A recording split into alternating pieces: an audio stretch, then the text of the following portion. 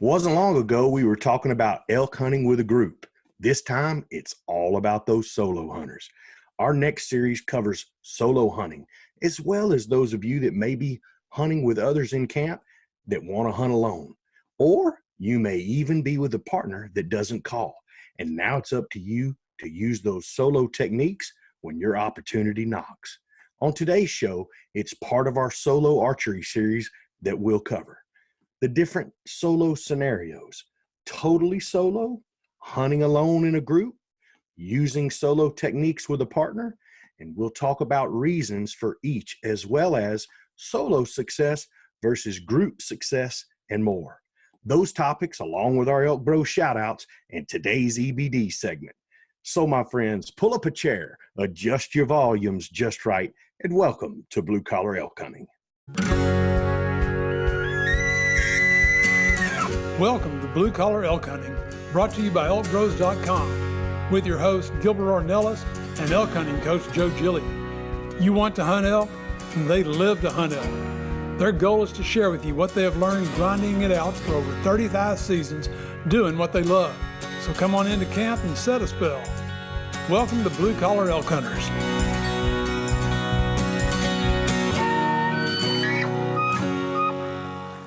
Hello there, everyone. If it's your first time with us, glad to have you. Hope you enjoy our show. And for those blue collar hunters following our show and grinding it out with us every week, welcome back to Elk Camp. I'm Gilbert Ornelas, the host of your show, coming to you from a secret location at Toledo Bend, Louisiana. And always in the house, your elk hunting coach from New Mexico, Mr. Joe Gilly. Evening there, Mr. Ornelas. How are you, buddy? What's happening, brother Joe? How you doing, man? Hey, Gilbert, letters, Yes, reviews, so many cool things happening that the first thing that I want coming out of my mouth is a thank you to our listeners, those people that have been putting those incredible reviews out there. We're going to mention some names here in a few minutes, and the letters that come in are just so cool. We're getting questions. Now, this time we're going to be doing our EBD series. Next week we'll be answering some questions again. But man, if those questions keep rolling in like this, we're going to have to find a way to knock them out every time we do this, you know. And, no doubt. I know our listeners are going to be wondering, hey, where's the other guy? Where's that Venezuelan mafia, the kitty cult leader, Luis Gonzalez? Well, I got everybody's attention. He's in Colombia with his family enjoying some spring break. So we wish you all the best, brother.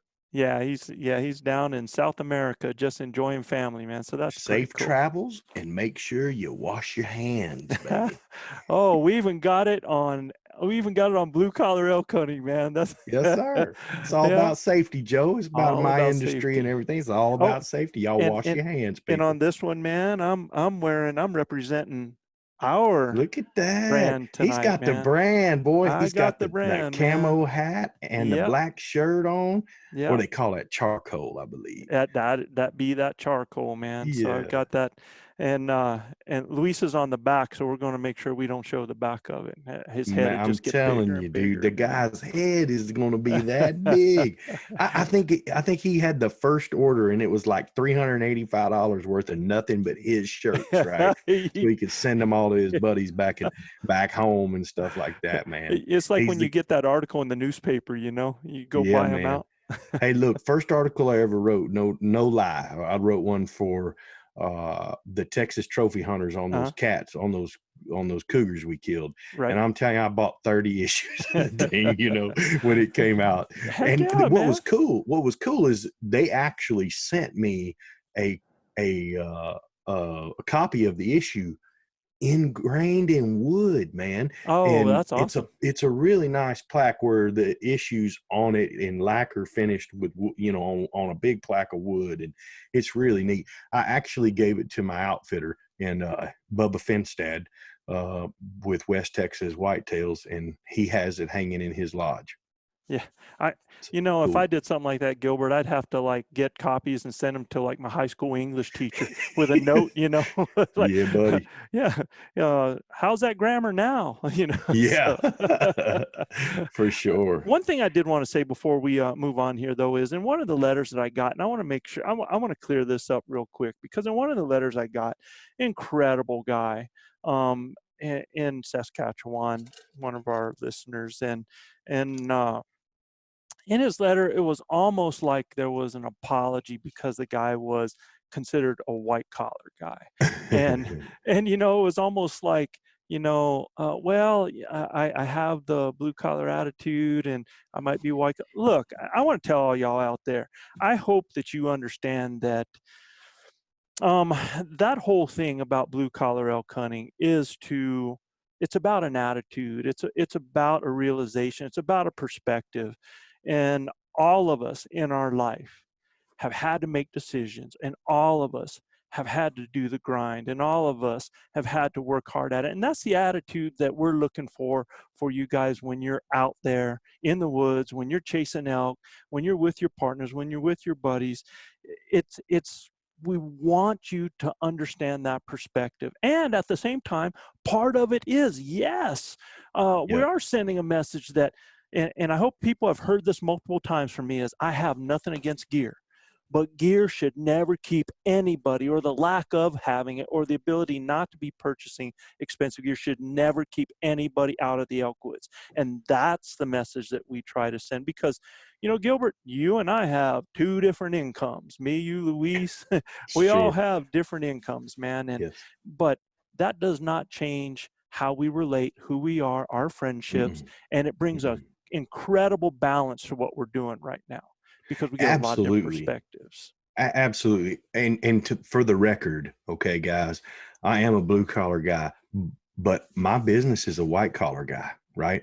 At the end of the day, I'm in every office, from an executive vice president to a president of an oil company. And we're talking every day in a white collar shirt. So I transitioned from out of the field. I came from the bottom. I mean, look, when I started in my oil field career, I came from the bottom. I'm talking painting the floors, sweeping the floors, painting bit breakers and tubing jet nozzles for drill bits, all the way up to where, today, I put 20 plus years in. Man. Yeah. Put 20 plus years in as a blue collar guy. And, probably the last 12 years, I've been a white collar guy, right. But I never forget where I've come from. And absolutely. At the end of the day, we're all in this together. We're all in this life together. So blue collar, white collar, I don't give a dang what collar.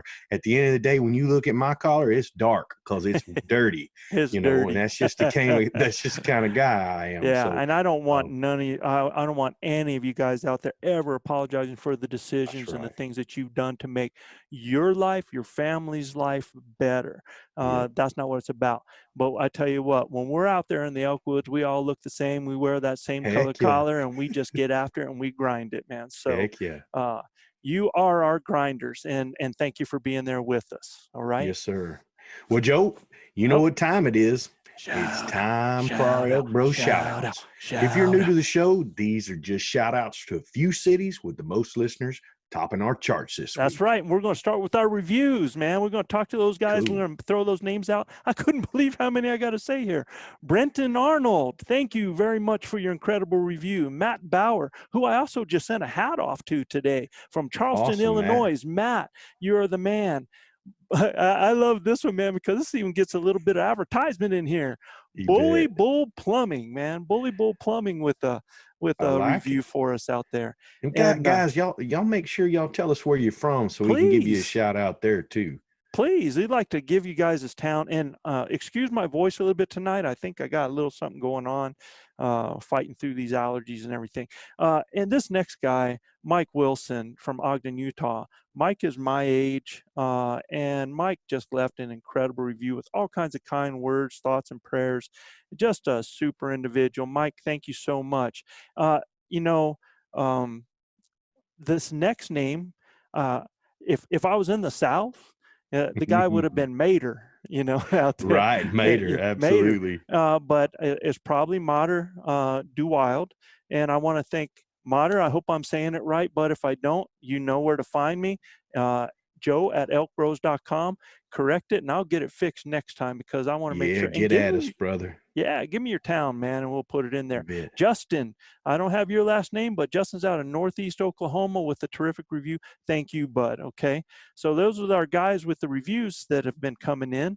Fantastic. And so now we're going to go to up first, our first and top listening city this year. It's no wonder that our first city is known as a prime place to breed thoroughbred horses. The high calcium content in the inner soils of this bluegrass region where the city is located leads to stronger bones and greater durability in horses. I never knew this, Gilbert. It's the horse capital of the world where the barns, bud, look like estates and billionaires convene for the world's largest horse sale. A huge ElkBros shout out to none other than Lexington, Kentucky. Yeah. That's awesome. Kentucky shows up in the house. Yes, sir. Big the bluegrass state. That's cool. I did not know about the high calcium content in the bluegrass. That's so cool. That's awesome. Yeah, no doubt. Well, next up, Joe, the home of Wilbert Lee Gore, the creator of Gore-Tex. Thank God for him. Our next city is only about 11 miles from Boise. It's just a few minutes from everything the state capital city offers, including all the sports, shopping, dining, and entertainment you could ever hope to find. And you can bet that people here are huge Boise State Bronco fans. Yep. In Meridian, Idaho. Meridian, Idaho. Yeah, you want to say Ohio when you do that. Yeah, you do. It took me right there, Joe. It just has a flow. Yeah. Meridian, Idaho. Yeah, right there by Boise, bud. And that's the wildest football field I've ever seen. It's blue. I still say, man, the greatest game I ever saw involved Boise State and Oklahoma. No doubt, it was a heck of a game. Yeah, it was Statue of Liberty. Yes, sir. And I have a shout out to Parma, Idaho, that's just a little ways from there. Good buddy of mine that I went to college with from Parma took me there to go do some pheasant hunting there in Idaho. Had a blast back in. Awesome. It was fun. Next up, this area was home to immense herds of bison and the native peoples that hunted them. But it was modern advances in irrigation that first created the industry that defined this area. Sugar beets, often called white gold, was a cash crop that brought thousands of immigrants whose influence is still evident today in Windsor, Colorado. Windsor, Colorado. Yep. Shout out to Windsor. Back there. No doubt. Next up, Joe, a bedroom community boasting a reasonable 45-minute commute to Boston. Only half an hour, someplace Joe, for sure. Only half an hour from New Hampshire's seacoast in beaches, and an hour from the region's glorious lakes and mountains. But if you're a thrill seeker, you can go to the city's indoor surfing facility and for an introduction to surfing, or train on waves up to 6 feet high and 32 feet long in Nausea, New Hampshire.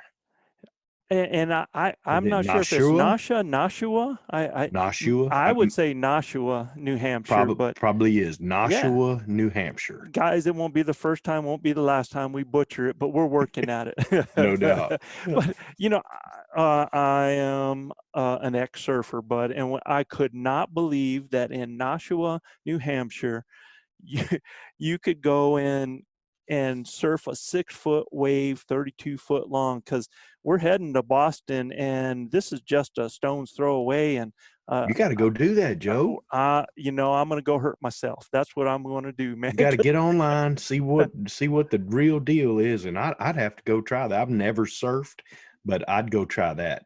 Oh, and this facility also has one of those skydiving rooms. Oh, where wow. You can, what a facility. Just incredible, man. Nashua, big nod to you.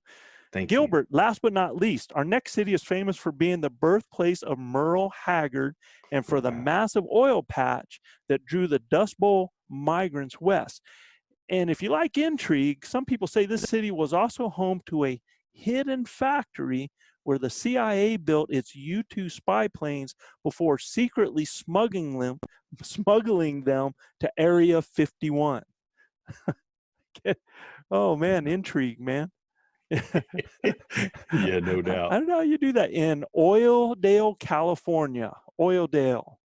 The West Coast in the house representing. Look out. Cali in the house. That's sir. awesome, man. Yeah. They got some big old elk up there in Northern California, man. Yeah, I haven't been too much and studied too much up on that area there, but I have seen stuff on those animals. There's a lot of things happening in California with cats and their regulations and stuff like that. And it's going to be there's a lot of things happening in the United States that all of us need to really pay attention to. So I tell you what, as a hunting group, all of us need to really keep our radar up and help out our neighboring states and help each other out as a community as well. No doubt. I mean, if you take a look at all the states that got elk hunting populations in them, every one of them have got some kind of crisis they're going through with their fishing game or whatever. Wolves, I mean, bears, I mean, you name it. And it's all about conserving the elk herd, right? I mean, Rocky Mountain Elk Foundation does a fantastic job of working with different entities to try and really promote the proliferation of elk, right? Right. Yeah, definitely. Absolutely. And I think now it's our job as a community to ensure that we are creating young hunters that are going to be around to utilize that conservation. So that's a huge thing. Yeah. No doubt. Well, Joe, 2 weeks ago, we talked about hunting elk in groups. Absolutely. But there's going to be a whole lot of elk hunters out there, like you and I used to be, that are solo hunters this year. Mm-hmm. And, you know, whether they've been able to connect with a hunting buddy or, you know, their schedules just don't work out, or, you know, they just love the idea of the simplicity and solitude of hunting solo. Yeah, and Gilbert, and just like you said in the opening too, man, for some of this discussion, we're also going to include those hunters that are with a group, but basically they go out and hunt on their own. So you can be a solo hunter where you're I mean, from point A to point B, you're by yourself. I mean, absolutely alone, absolutely solo. But there's a lot of people that go out with groups and then they hunt alone as well. And there's also those people that are always with somebody, but they might be the only caller or the strongest caller or the person that, you know, if they're going to bring one in for themselves, they've got to be able to use those solo tactics for them to be successful as well. So there's a lot of ways in that solo hunting comes into play here. Well, Joe, I know you've used all three. Mm-hmm. So let's talk about your experiences and some of the reasons a person might use one or the other. Okay. You bet, Gilbert. But I want to start out, Bud, with an important point. And that is that the solo skill sets are the basis for all future successes. I mean, even those guys, like I started out, that was my thing, right?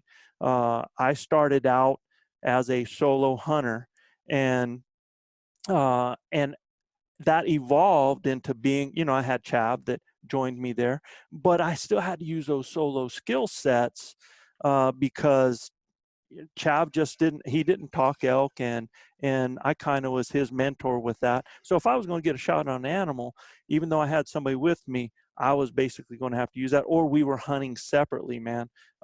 We would go in together and we would hunt separately on some days and some days together. So I think it's important to note that those solo skill sets, it's those elk hunting groups that have those kinds of hunters with those best solo skill sets that are going to be the most successful. So when we were talking about groups before, I made a comment that group is only as strong as its weakest link.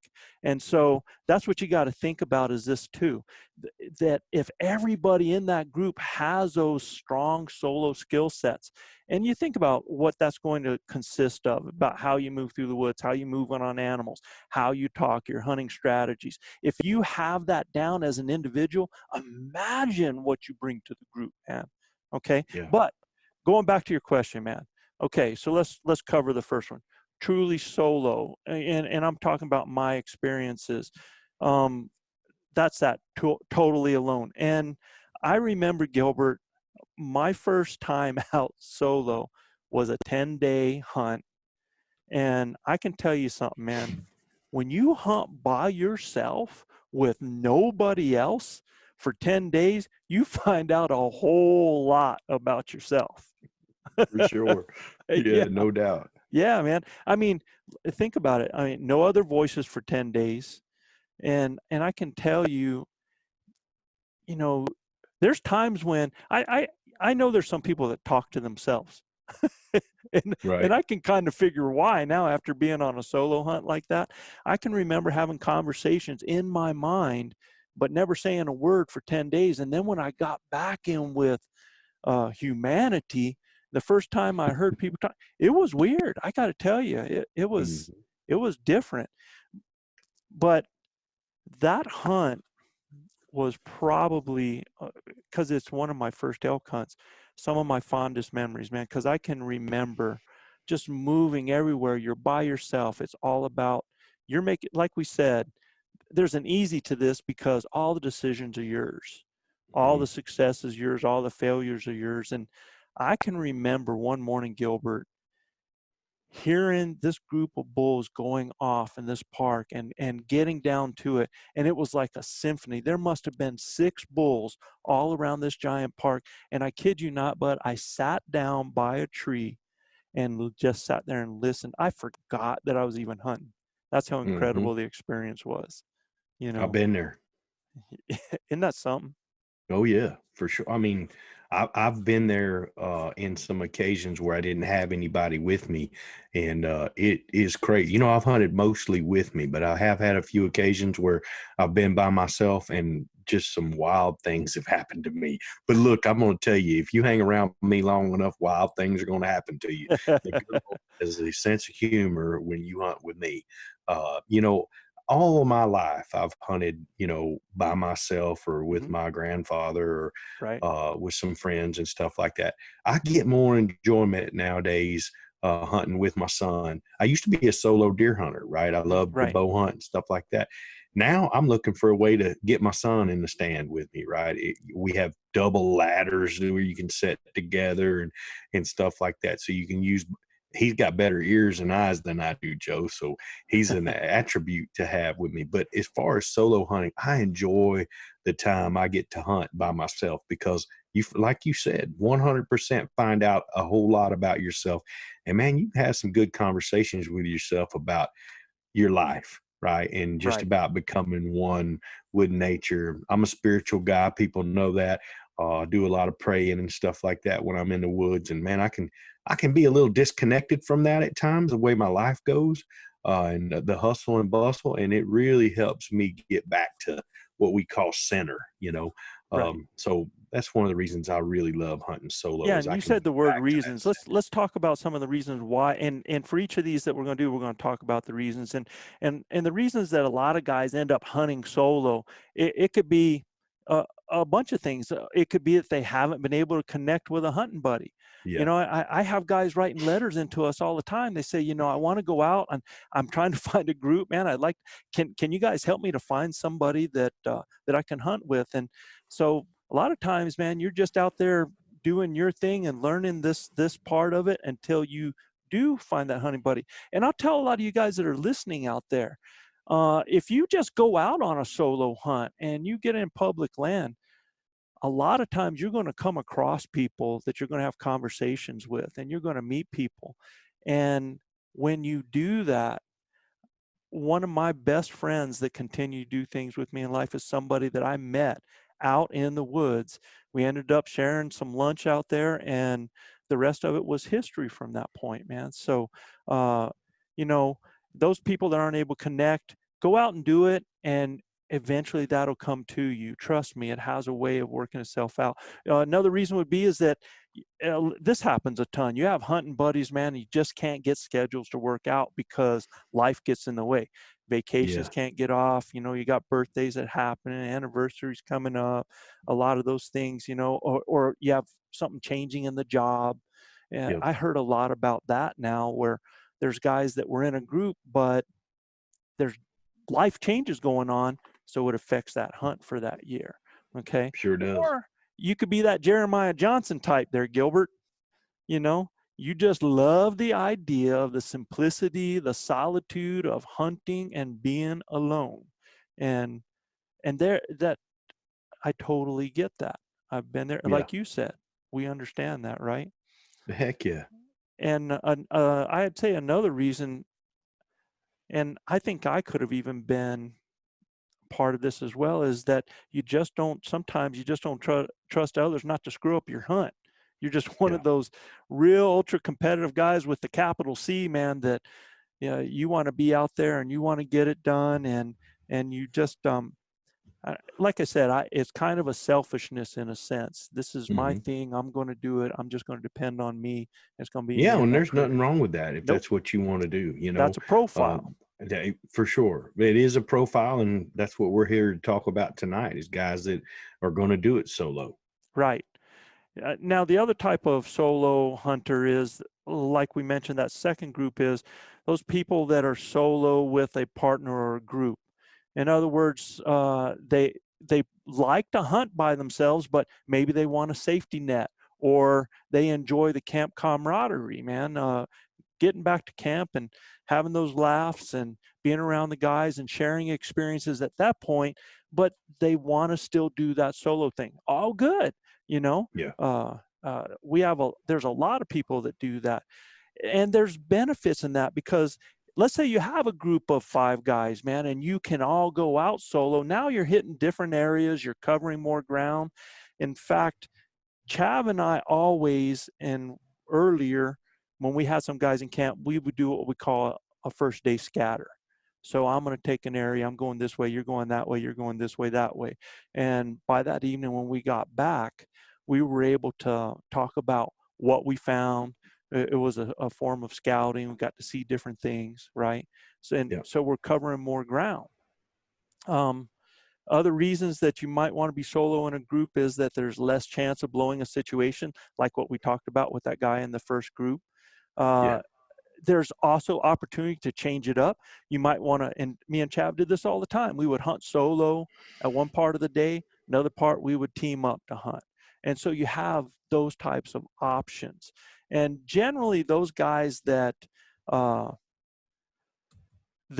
this type of thing are really comfortable in the woods. And when I was younger, Gilbert, me and Chav hunting, we kind of had this ongoing thing that if I did not show up that night after the first day of hunt, not to worry. You didn't worry until I didn't show up by lunchtime the next day. Yeah. And it was a different time back then. We were young. I didn't have any fear in the woods. It probably wasn't the smartest thing to do, you know, but if I was out in the woods solo hunting and I was within a group, the group had to understand that I might end up sleeping out in the woods, you know. So did a lot of extreme things back then, and have done some of that in a little different way these days, you know. And then that last group are those people that are with a partner that has you use solo techniques. And some of the reasons for that is maybe you're the only caller, you have the strongest skill set. Maybe you're using a 2-shooter situation, and this was me and Chav. I would be able to set up, call on the animal, set him off to my downwind side. If that bull ended up coming straight in, I was going to have the shot. If that bull ended up circling around, Chav was going to have the shot, right? Yeah. And so that was a way that we worked it out. I can tell you another reason, though, that we use solo techniques with a partner are those people, and you mentioned it with your son, is that sometimes your partner can make up for your weaknesses, your weak areas, your senses or your area knowledge. You know, they might not be the strong caller, but you were just talking about how Logan has better eyes and better ears than you. You bet. Yeah, he can hear things coming that I'm like, man, are you serious? He goes, oh, I can hear it. And then all of a sudden I can hear it, you know, but he heard it a lot sooner than I did. Yeah. And it's just me being my age and him being, not having all the rock music and many gun blasts and living on a drilling rig and stuff like that. I mean, it is what it is. Your hearing takes a beating after so Well, long. Chap and I did a lot more solo hunting before my hearing started to go down. And then Yeah. after that, man, we made up for each other's weaknesses. I had the calling strengths. He had the good ears, man. He could bird dog for me, right? Mm-hmm. So that's another reason that sometimes you can use those solo techniques with a partner. Another reason that's good to use solo techniques with a partner and have somebody with you is, man, you're going to need help if you're successful. Heck yeah. Ooh, man, can't wait to see somebody roll up on you when the work starts. That's for sure. Right. And I know people are thinking, they're going, well, that's not solo if you have a partner with you. No, it's not. It's not solo and you being alone, but the techniques that you use to be able to get that animal, so that if you have a partner, I have always called in elk for myself. Yeah. Nobody, I think the first time anybody even contributed to an elk hunt calling wise was this last season when you helped out when I was on the bull this year. Camera. Yeah. Right. Yeah. So that's the first time. Otherwise, I mean, so that was elk number 34 out of the 33 elk before there. I called every one of those in using solo techniques. Okay. So that's why I'm trying to include this in there. You've got that person all by themselves. You got that person in a group that's going to go by themselves. And then you have that guy that's got to use them when he's with somebody, because that's how you're going to be able to get an animal yourself. Right. Mm-hmm. And the other thing that's great about having a partner when you're out there is it lowers that fear factor. When you're out there at night with somebody else, when you're out there, it's not so bad in the morning because it's going to get daylight. Yeah. So when you're out there 2 hours early, but when you're out there in the dark at night, my dad I was real lucky. My stepdad had put it in my head when I was a youngster that the only difference between the daylight and the dark was the color, that everything else was the same. There was nothing to fear, Yeah. And my grandpa would say it all the time. There's nothing in the dark that can't hurt you in the light. It's the same thing. Right. Or vice versa, But there's a lot of people that want to head back to camp to get around that comfort of that campfire and to get around those lights and feel comfortable there. Yeah. So, and I think back in the day too, it was before we had, it was before we had our GPSs and stuff like that could really help us with not getting lost, things of that nature, Yeah. So absolutely. I think that's another thing that's helped with the fear factor is, even when you're hunting solo, you don't have to have that fear factor of getting lost anymore, or staying too long where it gets dark. At least you're able to find your way back to your mode of transportation or camp or whatever it may be. Right. No, totally get that, man. And all I tell people is, man, you always work your woodsmanship, because you never know what can happen out there as well. And to have that backup of, again, backups to your backup. Always understand where your failure points could be, and your phone, your GPS could be a failure point. So make sure you have a compass and make sure you understand woodsmanship as well out there. Yeah. Joe, comparing solo versus team setups, right? Who do you think has a better chance for success? Oh, I know that's a loaded question. But yeah, it is. But because there's so many variables, I mean, it depends on the senses, experience, knowledge, the skill sets of each of those. Because I've been very successful as a solo hunter or using solo techniques out there. But I tell you what, you get some guys together with some solid skill sets, and a team setup is deadly, man, because there's so much more that you can do if everybody brings something to the table and they understand what to do on that. Well, I'll just tell you, there's not a day that I could step in the woods with you where I didn't feel like we were going to be dominating, right? Like we're going to kill something. Right. If we hear them, it's on. and Right. they're in a lot of trouble, with our woodsmanships together, being able to call together, being able to feed off one another, understanding the wind, understanding all of those things. And we've hunted together for now going on 10 years. So that's Right. a powerful dynamic. I kind of know what you're going to do, when you're going to do it, all of those things. So I feel the power in the teamwork, no doubt. But Sure. I'm a team guy. You're a coach. We've been team guys for a long time. But all of the stuff we used in our team came from the solo techniques that you taught us. Right. I mean, calling skills, bud. Calling Yeah. skills are huge. I don't care whether you're solo or you're a team setup. The great thing about being in a team setup is if you have a great caller, is that caller can be back there and you don't have to worry so much about an animal hanging up, because a good caller in the back that knows how to work it can steer that critter right by the shooter up there. And that's awesome. It's awesome when you can be up there and they have no clue where you're at, Yeah. um, knowing what to do when things get tight, that experience level, Oh, yeah. when you have that. Yeah. I mean, a la this year, that happened to us on our, 7-minute standoff with that bull. Things got tight, but we knew if we were just patient and vigilant. I had Joe at my back. He's not only a caller, and I shut up and didn't do anything. And that's, we know that when Joe's calling it and we got a bull coming, we just need to be quiet and see what happens.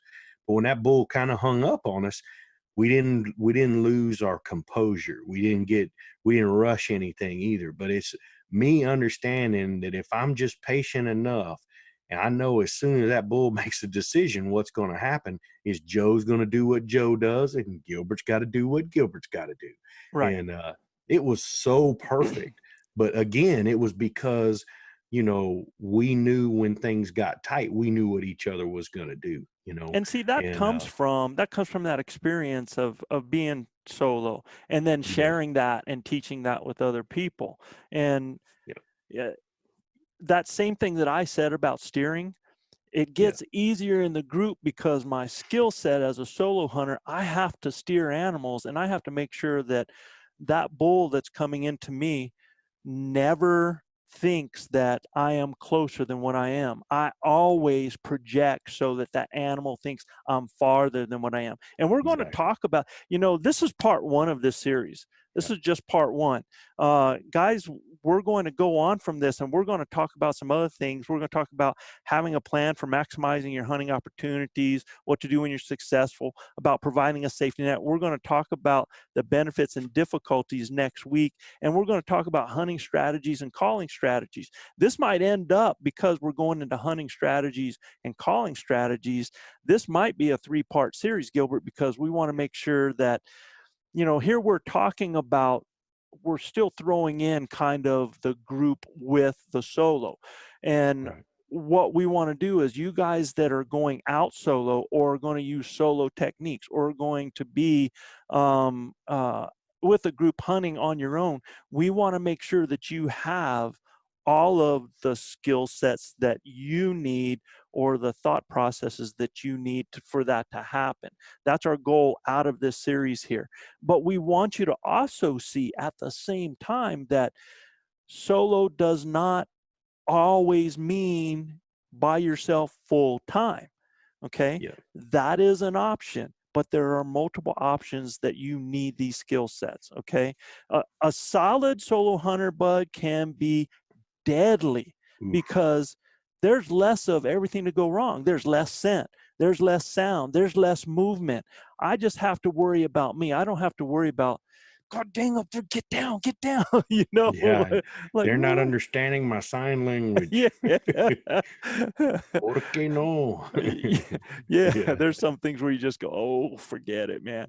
Right. But yeah, you don't have to worry about that. But a team setup can also be deadly. And the thing that I like about the team setup is, for me, it's a shared experience, Yeah, buddy. So Nothing like that. yeah. And if you want the best of both worlds, yeah, you can do a group and you can hunt on your own. But I tell you, there is nothing like, and it's just me. Like I said, I've had 2 experiences. I've been out there in the woods, sitting on the edge of that meadow, just taking it all in. But I Mhm. don't, you know what? I'd have given anything to look over to you sitting on a tree over there, Gilbert, and give you a wink, man, and like, check that out, you know? Yeah, yeah, no doubt. Yeah, there's just something, and I don't know if it's my age now. I don't know if it's from what we've gone through and the friendships and everything. It's just where I'm at right now with that Yeah. stuff. Okay. Yep. Um, Makes sense, Joe. yeah, yeah, and you know, And you will these guys that are doing this solo now, they're going to evolve. They're going to evolve into what you and I have done, or what me, you, Chab, and the boys have done. I mean, it's their hunting prowess or career, if you want to mhm, call it that, is going to evolve over time. sure, sure, and the things that you're going to learn, when I was out there on my solo hunt for that 10 days. Some of the things and the experiences I most remember didn't even have anything to do with an with an elk. That was the time when you could basically get a deer tag, elk tag, and a bear tag all at the same time, and you didn't hardly pay for anything. And Hmm. I can tell you how much I learned from this trip. And I'll give you an example of some of the things that I learned as a solo hunter on this trip. I loved, first of all, I love the fact that when I woke up and I went out in the woods, I did not have to wake up from a camp. I could wake up from any place in the woods that I decided that I was going to bed down for that day. So I didn't have to be, and this happened to me. I'd go out and I'd find the group, and when I backed off in the evening, I back off an area where I couldn't be scented, and I was able to hear them bugling all night, so that I was on them at first light. So I was able just to go out and where take my shell with me. Basically, my Yeah. camp was wherever I set my hat that night, right? And I'll tell you one of the coolest experience, because I told you we had a bear tag, right? So Yeah. uh, I find this bull that, as I come into this area, these bulls are cranking off. They're just going off all different directions. There's a hot cow. Anytime you hear multiple bulls screaming, that means that there's a bull with a hot cow. And it was that time of morning, it was just right at daylight, when one group had just left water, so some other group were going to come into the water, and I was on the water. Well, Ooh. I see one bull coming over on the edge on one side and another bull coming on the edge on the other side, and I'm like, buddy, I've got a waller in front of me. I got this water hole in front of me at 35 yards. I'm in high cotton. I'm right here with these jack pines, about 3 foot high, making a huge mistake, but a mistake that ended up paying off for me over a little bit, Mhm. because I'm sitting there watching these bulls. I'm in cover. I got a big pine behind me, and this one bull comes down off of this one side. The other one stays up to my left. And I call and I give a cow call back behind me. And this bull comes in. And when he comes in, there's a giant fir tree in front of me. And so when that bull gets behind there, I get it full draw, because I know that booger is going to step out on the left side or on the right side. And I'm going to have a 15-yard shot. And I'm at full draw. And I'm at full draw. And I'm at full draw. And it was like September, October, November, and I'm starting to Yeah. shake, no step out, and I let down. And I'm like, where in the heck is this bull? So I'm figuring he has to be on the other side of that fir. And so I'm trying to figure out how I can get a shot. And it's one of those things where that patience thing, that we talk Yes. about. Buddy, I got up and then I started to look and I started to look and he vanished in thin doggone air. Where that bull went, never made a sound walking away that I Mhm. heard. And it was just amazed me that coming down like this, I don't know what caused him to stop and turn and walk away. However he did, I never saw him walk away. He, Wow. yeah, Never, man. So I'm still in here, and this bull disappeared when I look, and this other one cranks off up there to the left again. And so I throw a cow call back off to my right. He comes up to the edge and starts to come down to the water, and all of a sudden he turns and he starts hauling butt. And I'm like, what is going on here, right? So as I'm sitting there, and that I start hearing some rocks, and I look up, and coming over the rise is the biggest black bear I have ever seen in my life. Wow. Right? And this black bear comes down, and so everybody knows at this time, my camo that I'm wearing is camo that I got from a yard sale. The most expensive thing I had with me was my bow at that time was a PSE Nova. It cost $104. And I probably had a total between my bow and everything on me, probably about $130 of gear, man. But I had at a shoot, I had won some of these Rocky Mountain newfangled broadheads. I mean, these were broadheads that I was buying Wasp and Satellites at the time. You could buy 3 broadheads for, I don't know, $12 or something like that. Yeah. And these suckers were like $50 for 3. So I mean, were they Thunderhead, Rocky Mountain Thunderhead 125s? They were not Thunderheads. These were the original. This is in 1980 something Rocky Mountain broadhead. Cool. And they were a wide cutting, big, long broadhead. And I thought, you know what? As much as these broadheads cost, they gotta be awesome. So I put them on. I put them on my arrow, and had never.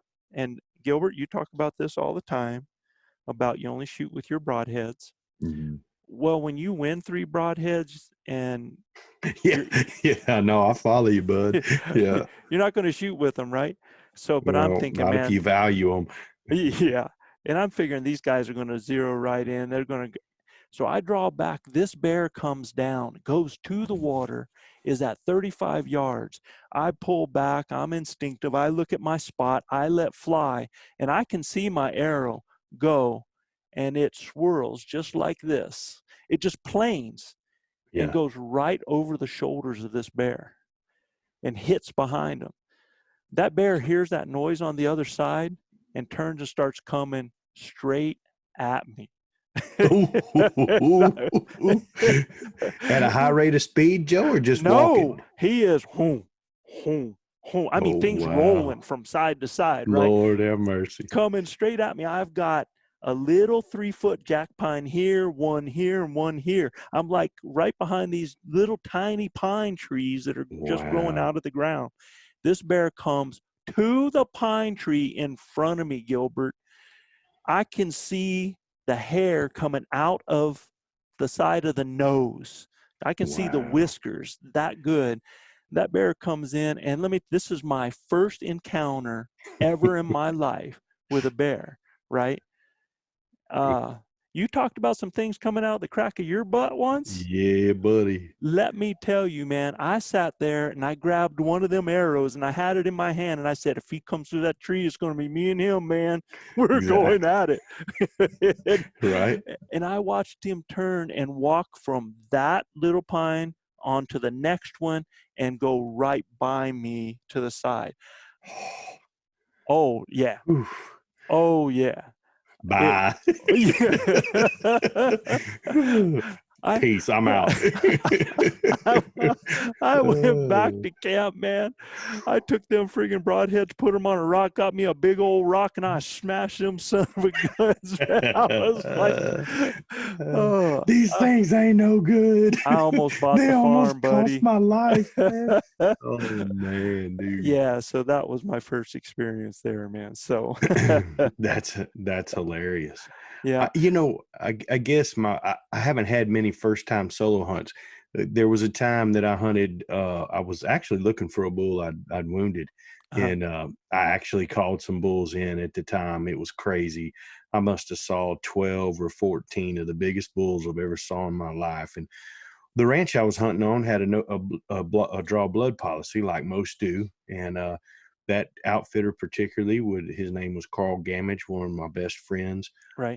And he had a rule, you know, if you wounded a bull, you could go look for that bull and you could actually shoot that bull again if you could find him. And so I did that all day. You know, stayed down in this bottom area, and man, I'm telling you, it erupted with elk like you wouldn't believe. And I had some of the biggest bulls I've ever seen in my life. You know, now I know what they really look like. And these bulls were all, you know, 350 plus bulls. I mean, they're gigantic. And I had two of them get in a fight right in front of me and fight into the deadfall that I was actually sitting in. And one's hoof actually grazed the front of my boot. And they almost stepped all over me, Joe. I've never in my life. I had a walkie-talkie at the time. Yes, I was there. Actually, Joe was there, and he had a walkie-talkie. And I said, "You guys ain't gonna believe this." I said, "But there's bulls everywhere." And I said, "Listen to this." And they could actually hear the fight and these bulls bugling. And it was one of the most amazing things I've ever seen in my life. But I really got to understand how those bulls interacted because I was by myself. I got to see a few of those things. And the second time that I really was solo, Carl Gamage was such a cool dude and such a giver, you know. He got me to where I felt pretty confident with a diaphragm call. And he said, I had actually a client with me hunting with him with a muzzle loader. And he says, "All right, big boy." He says, "We're going to go out and you're going to be the junior guide this morning." You know, and so I felt really cool. You know, I'm with a really good friend of mine, Steve Tucker, the big Canadian from Canada, and he's like, "It's gonna be on you," because I didn't even bring my little pipe whistle that he brings. He said, "It's gonna be on you to call." So I'll never forget. We got in this one park, sat down. He said, "All right, you're gonna be the solo, caller." And I started cow calling, throwing cow calls behind us. Well, you know what, Joe? If you're throwing cow calls behind you, you better turn around and look. Because I'm telling you, that bull came on a string. I mean, right at us. And it wasn't maybe 5 minutes after my first calling session, right? And then I let out just a little bugle. And Steve thought he heard a faint little bugle, right? And he looked at me and he said, "You hear anything?" And I said, "No, not yet." Well, I cow called one time, and man, here he came. I mean, straight to us from behind us. And I could hear branches breaking and everything. I turned around and looked, and there he came. And he walked right in front of Tucker. And Tucker was set up to shoot in the wrong position. So he had to start moving into position to get a better shot with a muzzle loader. And man, that bull caught him moving. And when he did, he's held in that gun. And I mean, he held that gun for at least 6-7 minutes, and he got to shaking so bad. Finally, the little gust from the gods came, and boom, that bull took off. But that's the first bull I ever called in my life. And it was in the presence of Carl Gamage. And that was like, I could have been in the presence of Jesus, at the time when I called that bull in. So it was fantastic. So look, I mean, you guys that are out there doing it on your own, just believe in what you're doing, Right. You guys have put the time in, get the wind right, get in a scenario and get after it. Yeah, guys, and we're going to go now to our next part, to our EBD series, before we end here.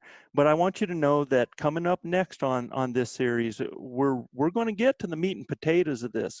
We're going to talk about having to plan. We're going to talk about hunt strategies. We're going to talk about calling strategies. But as you can tell, man, we've already rocked through some time right now. And Gilbert, we're going to go get to this EBD series, our elk behavior database tonight. And the focus of tonight's EBD are bull and cow vocalizations and some of the common misconceptions, man. And I'm going to cover this real quick, and we might even throw a few little calls out here in a second. But some of the biggest misconceptions are, first of all, cows don't bugle. Most people don't know that cows do actually bugle. You bet. Yeah, there's not a single sound that a bull can make that a cow is not able to make. They all have the same abilities, right? You'll hear in the summertime, I thought there were bulls bugling. I went over there was a bunch of cows. And I was like, where in the heck is the bull? But it was the cow that was actually making that noise, being real insistent about that. So that's just a misconception. And it goes, that one's not as important because we're not that big on finding a cow that's bugling. But it goes the other way, and that's that only cows mew, that only cows give a cow call, right? Mm-hmm. And I think that's a huge mistake because Oh yeah, man, I heard many bulls bull mew. yeah, they give that, I call it a bow call, a bull Mm-hmm. cow call, right? Right. And it's that bull mew. And Mm-hmm. what our listeners have to understand is bulls spend the first part of their life with cows, man. Their first communication that they learn is mews. That's what they learn out there. And I've heard people, and I hope you guys listen, because here's your nugget. All right. I've heard people say that in the early part of the rut, in the pre-rut, when they're bachelored up, it doesn't do any good to give cow calls. Well, it does do good to give a bull mew. Mm-hmm. And one of the techniques that I use early on is when I'm working through areas that I think those bulls are, and I always start out, and it sounds a little bit different. And I'm going to switch my microphone here, Sure. Gilbert, and make sure you let me know whether or not things sound. Can you hear me good, bro? I can hear you loud and clear. Okay, cool. So when you make a cow call,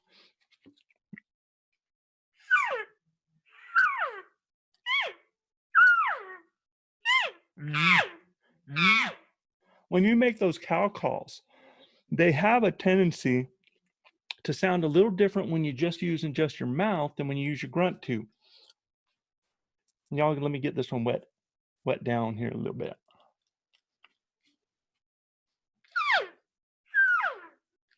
Now listen. You hear that little bit deeper sound? You bet.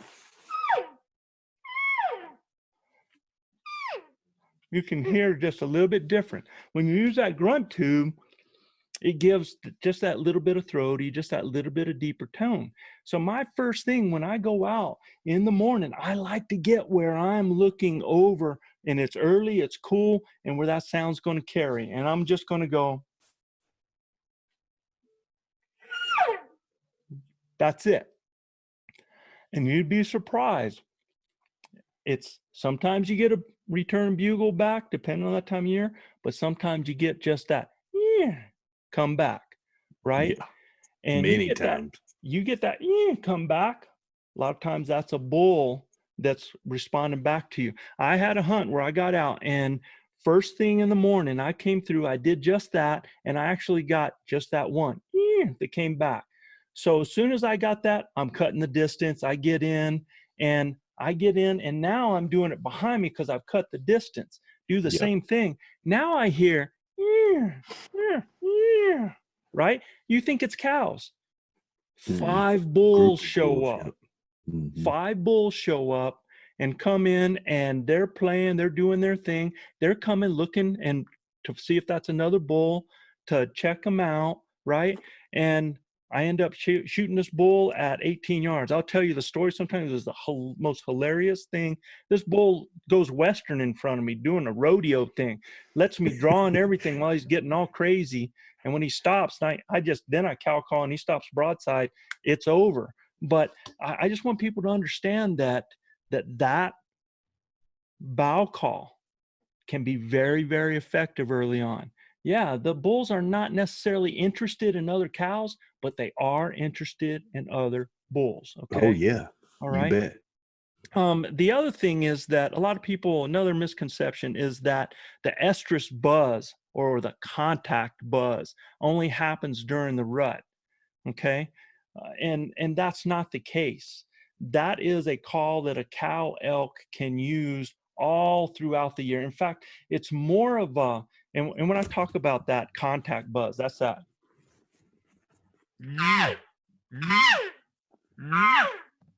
You'll hear that contact buzz. Can you hear that, bro, over there? Absolutely. Yeah. You bet. And that's more of an insistent type call. It's kind of a listen to me. It's a selfish thing. And I call it a compound call because what they'll do is they'll use that with and follow it up with something like, listen to me. Here's my, like if it's the rut, here's my sweet, come to me, right? Yeah. Or listen to me, where are you? If I'm trying to round up my herd again, or listen to I've heard them do it to their calves. Exactly. You know, to their calves. They're Yes. real insistent with it, you know. Yep. Like, hey, get your butt over here, you know, where are you? Yeah, You know? they'll get that, yeah, where are you? Yeah, You know, exactly. they'll start.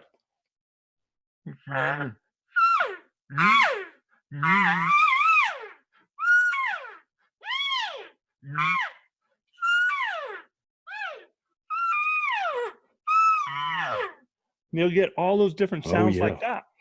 And they're just being insistent. Okay. So that's something that I want you to realize is that there are some calls that are out there that are misconceived. Now, does that mean that it doesn't work as working in with the rut, with the breeding season? Heck no, it works great if you utilize it in the right compound with the right sounds out there. Okay. But the point that I want to get to too about that is that there are some calls, sounds that elk make that are only during the rut phase. Okay. Yeah. And they're not necessarily, they're not always just sounds that are bugles and stuff like that. The most effective, cheapest elk call that you can have is a stick that you rake a tree with. It's true. Yep. And no doubt. Yeah, that raking. Seen it many times. And bulls only rake for two reasons. They do it in that pre-rut to get that velvet off. Yep. And they do it later on when they're starting to get into that rut phase, when they're starting to measure each other up. Show dominance, yep. Yeah, because see, bulls are setting a pecking order, and they're setting a pecking order because they want to know who their competition is when these cows come in heat. Because when cows come in heat, they're not just bred by the herd bull. Those cows can be bred by 4 to 6 different bulls, man. So they need to know what order they are in the line. So when they hear another bull, or they hear a bull raking, or they hear a bow call, they're going to go check this out because they want to know who's this competitors in the area, right? Yeah. And there's just kind of like that pal sense going on too still at a lot of times. They go from being buddy, right, to, let's wrestle a little bit. Figure out of the buddies. Let's spar a little bit. Yeah, let's spar a little bit and figure this out. To all of a sudden, well, we've been buddy, and now big old Tom's hooking me in the rear end now, you know? We don't like one another at all. Yeah, because things get a little crazy there, right? Yeah. So raking is one of those sounds. Grunts, glunking, groans, panting. These are, and if you haven't heard some of that stuff, you know, when people talk about grunts, it's really like, it's just a little bit more of a chuckle, you know, because see, there's a lot of these sounds, Gilbert, that I used to always reproduce that I never had names for. And then you start hearing people say, oh, that's a grunt, this is a chuckle. You know, when you hear that, they kind of say that that's a chuckle, that monkey sound. And, and then when you get that,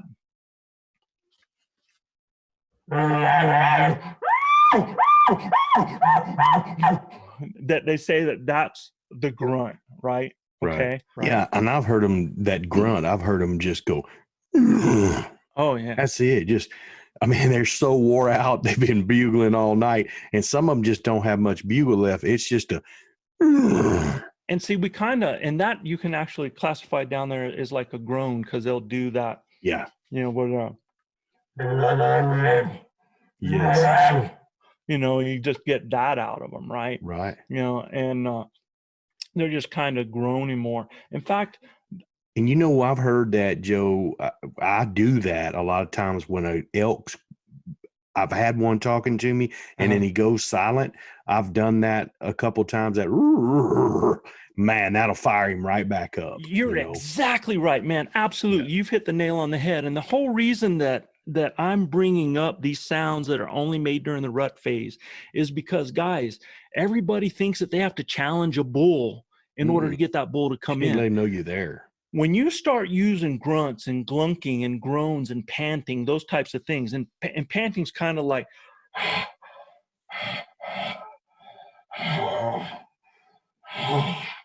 when you start using that type of stuff, those sounds only happen during the rut. And those are sounds that generally associate with a bull that has a hot cow. Or right? Yeah, because, or several bulls with hot cows. Yeah, because when they're doing that raking, a lot of time they're doing that raking, like we said, early on to get rid of the velvet. Yeah. Then they're doing it because they're trying to get themselves ready, and they're doing a little sparring, and they're measuring each other up, and then it's displaying, man. They'll go and tear one up, in front of the cows out there and display to everybody else their dominance, right? So those are sounds that to another bull, when they hear them at every phase, it's attractive. Okay. When you hear them doing it because they're trying to prepare for the rut, well, I'm going to go check this guy out because I want to see what my competition's like. When he's displaying, that means he probably has a hot cow. So, right. Yeah. And a lot of these bulls, when you cow call to them and they really come with a big bugle, when they really come with it, they'll shut up, and they've heard you. And especially if you bugle once, they're like, whoa, man, there's another bull here. I'm not to be quiet. We were hunting in Colorado, and I actually had a client with me, and one of the guides that we were with, he just didn't call very much. And he heard me call. He goes, man, you're really good. He goes, I said, well, do you mind if I call some? And he said, no, man, go right ahead. So that's right up my alley. So we shut the vehicle off. I piled out, man. I said, hang on just a second. I'm going to hit my bugle to see what happens. I just broadcasted a bugle, and I mean, right down in the wind's like 40 miles an hour, Joe. It's really gassing. And we hear the bugle right in front of us. And we're like, man, we're really close, So we kind of ease on through the woods, and we're looking. Nothing. Shut up. I'm cow calling. He won't say a word. I'm like, man, doggone it. So immediately, bing, he's got cows, right? So he's not wanting to tell that other bull where he's at. So I'm thinking, well, if I'm a bull, I'd get downwind and figure out where he's at because I could smell him then, right? So I told our guys, I said, man, we probably ought to drop on the downwind side and go right downwind to where we heard it coming from. So we just keep on easing on the same line, kind of crosswind. We kind of the whole thing kind of petered out. And he said, well, let's go back to the vehicle and let's move down and call a little bit. Like I said, the wind was just really bad. Right. We get almost back to the vehicle right where I bugled. I said, hang on just a second. And I grabbed my grunt tube and I went like that.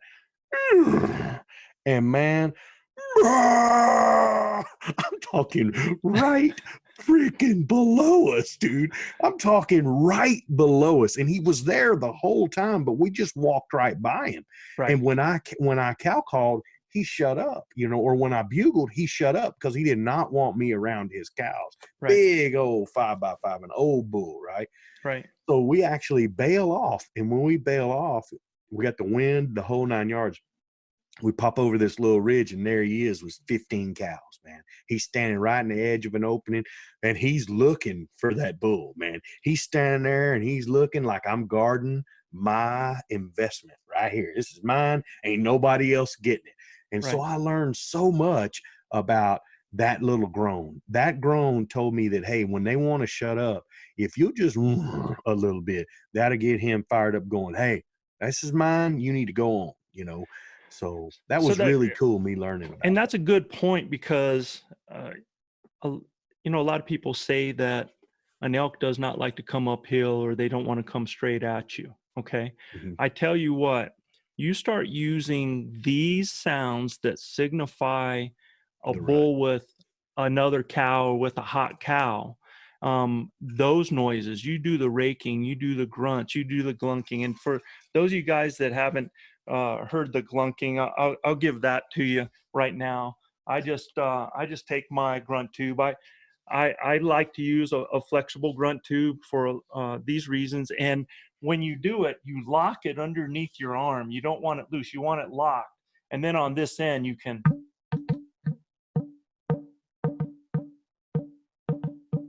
Perfect. And it's like that. It's not that kind. They change it up because they're walking, and it kind of depends on how they're walking. They'll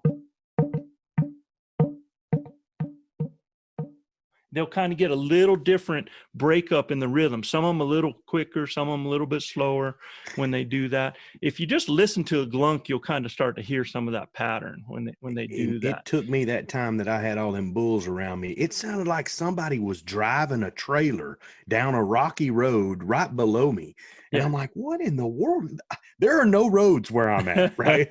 I'm thinking there's no way somebody's driving a trailer. I mean, that's exactly what it sounded like that. And it sounded like you run a tin can together.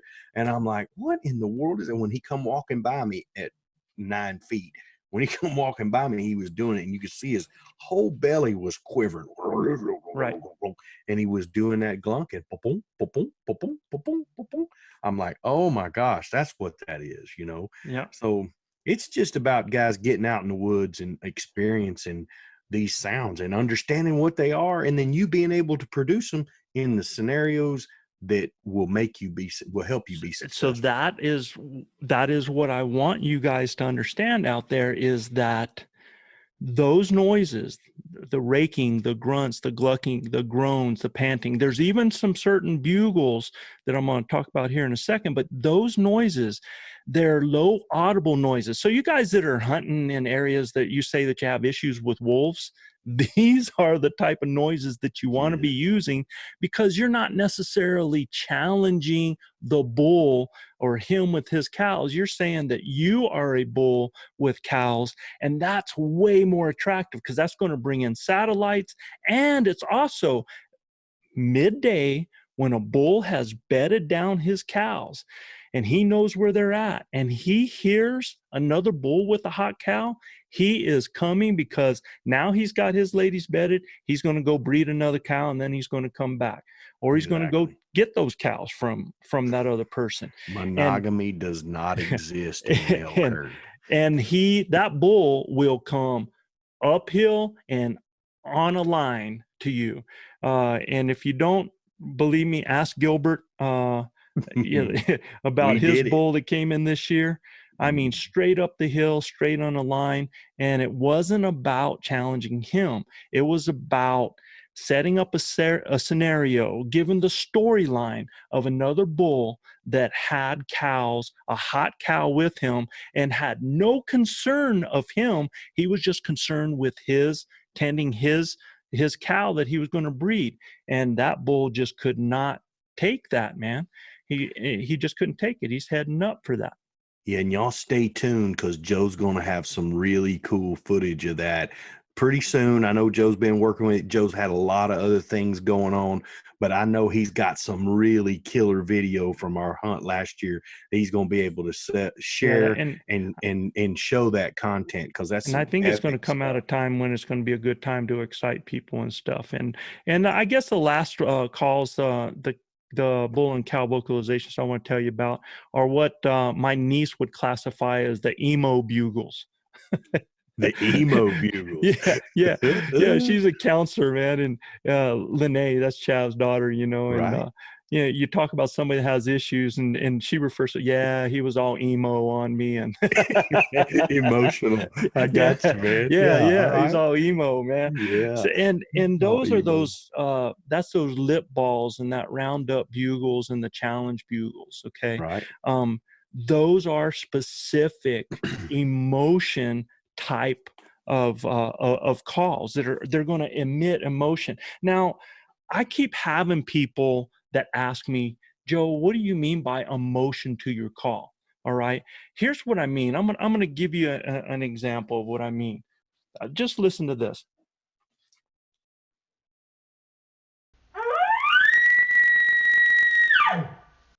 All right. Just a nice little bugle. Didn't sound too intimidating. More of a here I am, I'm calling, this is my location. But when you hear this,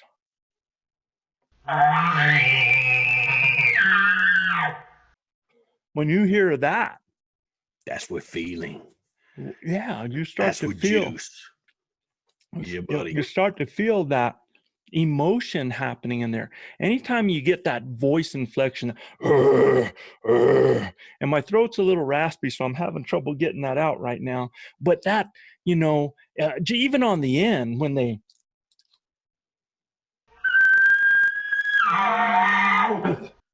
when you get that, man, that's not just,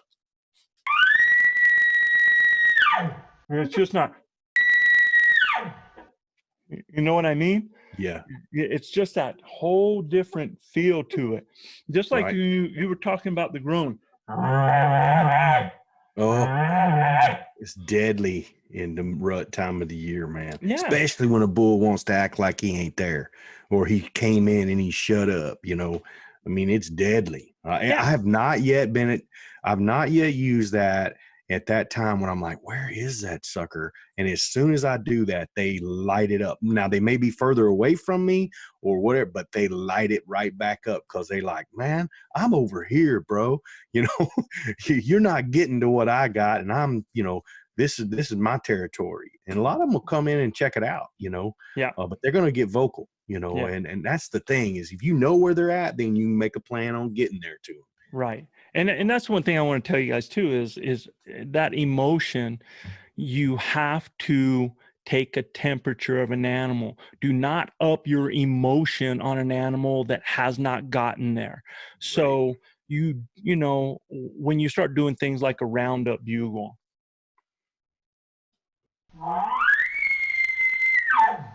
that's it. That's all there is to it. Yeah. And it's not a challenge bugle that's, it's not that challenge. It's not that scream, right? Yeah. It's just more of a, they're worried about another bull coming in on them. So they're like, ladies, here we are. We're getting out of here. Right. And so I want you to think about those things in the vocalizations. I want you to think about those things that are what we call the emo bugles, man, those lip balls, those roundup bugles, that challenge bugle, because they all have a meaning and they all will start to lather up a bull, right? Oh, man. Yeah, I mean, that bull I called in for Chav that time, he started off just locating, right? And then I started off locating, and then as he got closer and got in closer, he's really lathering that thing up. I mean, he's got all kinds of growls and chuckles in it, the whole 9 yards. And as soon as he's sounding off, I'm stepping on him. And that just incenses a bull when you step on him, man.